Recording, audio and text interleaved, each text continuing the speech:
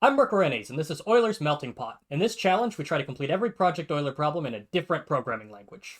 Today's challenge is problem number 10. Find the sum of all prime numbers below 2 million.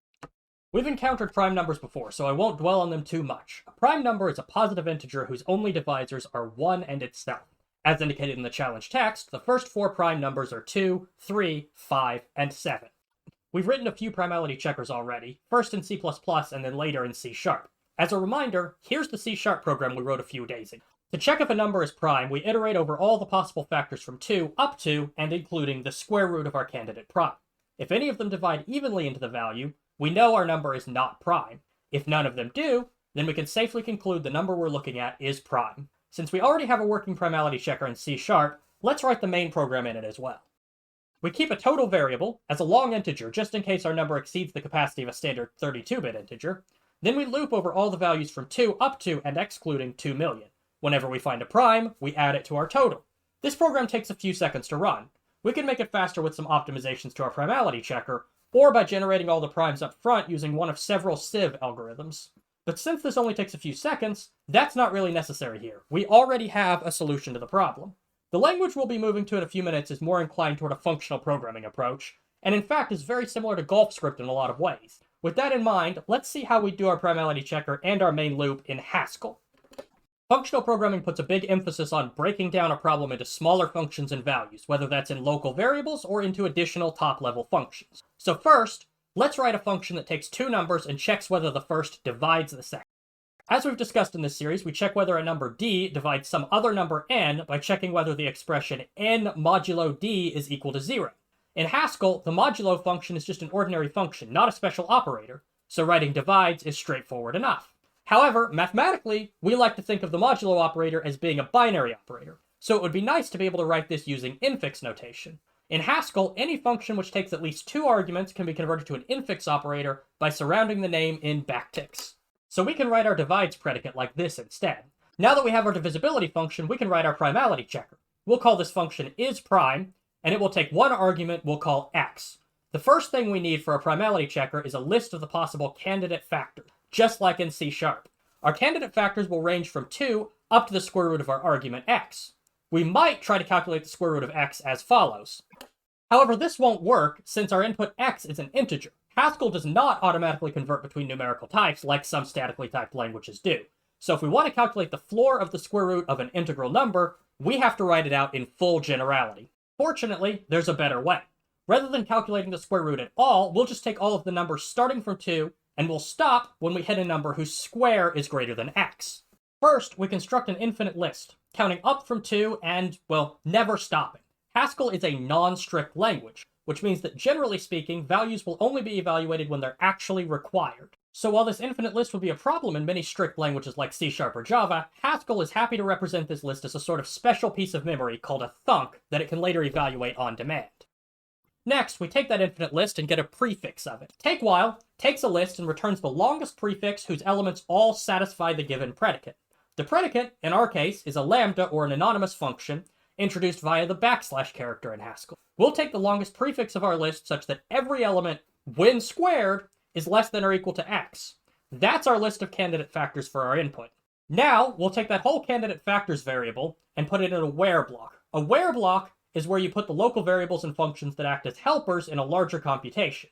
In our case, candidate factors is a local variable that helps in the computation of isPrime.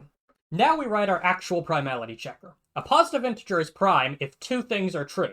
First, numbers less than 2 are not eligible for primality by definition, so our number must be greater than or equal to 2. Second, our number is prime if none of the candidate factors divide evenly into it. Any is a function in Haskell that iterates over a list and returns true if any of the elements in the list satisfy the predicate, or false otherwise. Any is capable of short-circuiting, and that together with our non-strict semantics ensures that only the candidate factors we actually need will ever be computed. There's one more minor modification we can make, and it involves operator sections. In Haskell, an infix operator takes 2 arguments, one on the left and one on the right. This is an application of the infix operator star, which is used for multiplication in Haskell. Its left-hand argument is the variable n, and its right-hand argument is the constant number 2. Infix operators are functions like any other, and we could just as easily have written this in Haskell as follows. That is, the function star is really just a Haskell function that takes 2 arguments and returns a new value. But since it's made entirely of symbols rather than letters, we can call it using infix notation. This is the same thing we did to our divides function earlier, but in reverse. In that case, we took an ordinary function and made it infix with backticks. Here, we take an infix operator and make it a regular function using parentheses. Now, what if we want a function that doubles its input? We might write that as follows. This is an anonymous function indicated by the backslash. It takes one argument called n and returns that argument multiplied by 2. This pattern is very common in Haskell. Take an operator and fix either the left or the right-hand side, resulting in a function of one argument which fills the missing piece. It's so common, in fact, that Haskell provides a special syntax for it, called an operator section.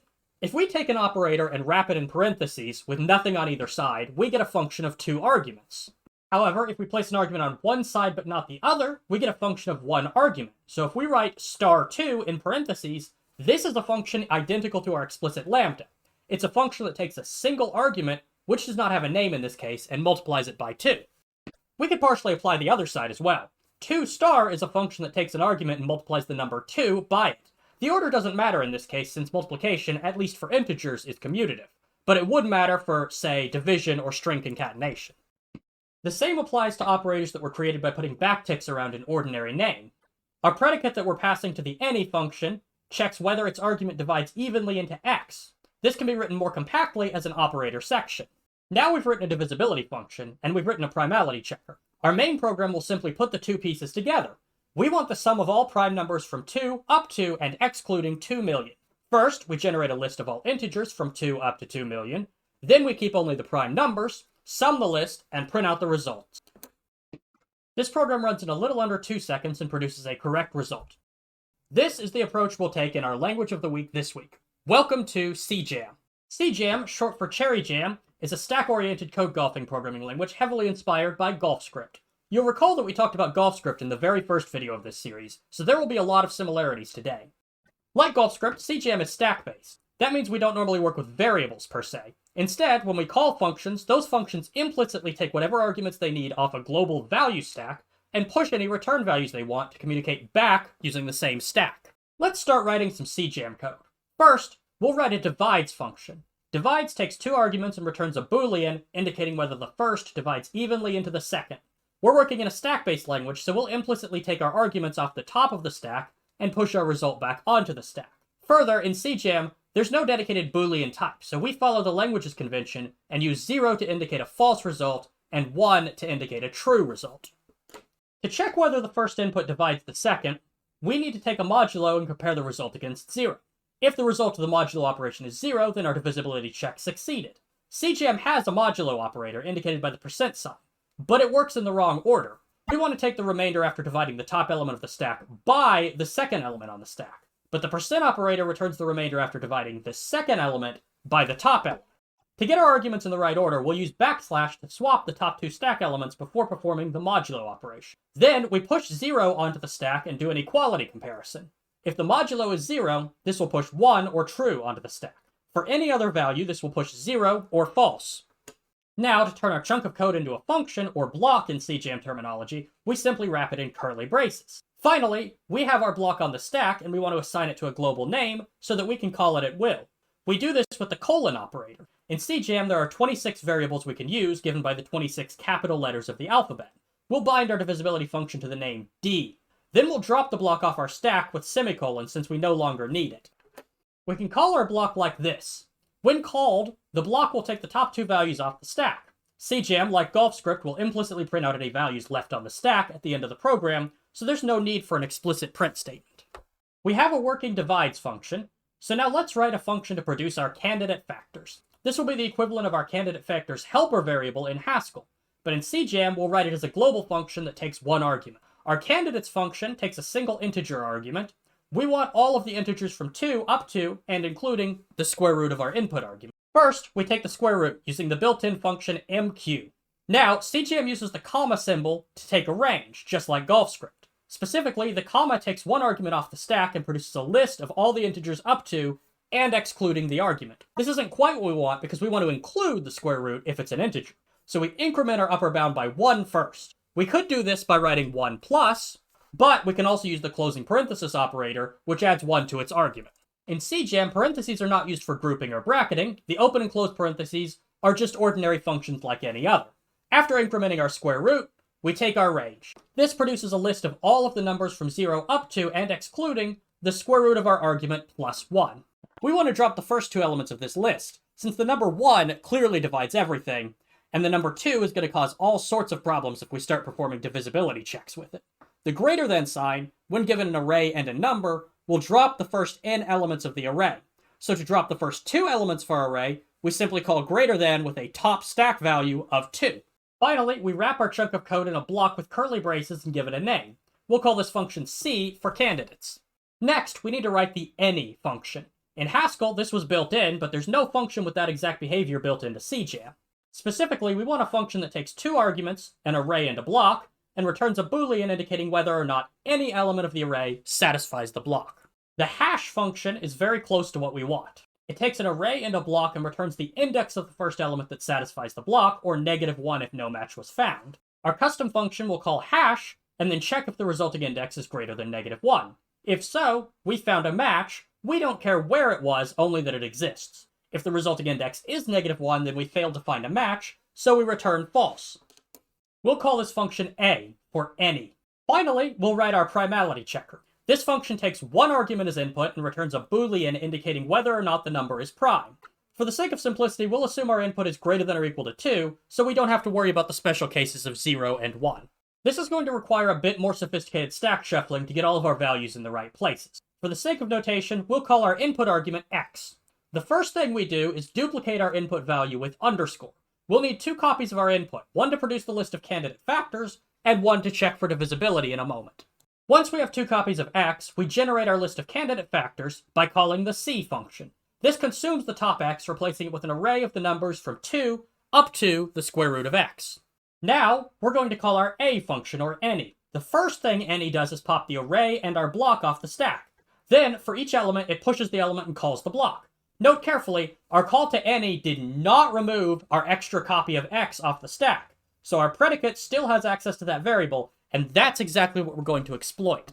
The $sign operator takes a number as argument and makes a copy of the value on the stack that is n elements down. So the $sign sequence makes a copy of the element one position down on the stack. In this case, it copies x to the top of the stack. Now we call our divides function, which pops two values and pushes a boolean indicating divisibility. The any function will use that boolean to determine whether or not a correct value was found. Now, when the any function is done, there are two values on the stack. The top is a boolean indicating whether or not we found a divisor, and below that is our input x, which has still been left untouched. We want to return true if we failed to find any factors, so we invert our boolean result with the bang or exclamation mark operator. Now we just need to get rid of that extraneous x on the stack, since it's no longer of any use to us. To do that, we swap it to the top with backslash, then discard it with semicolon.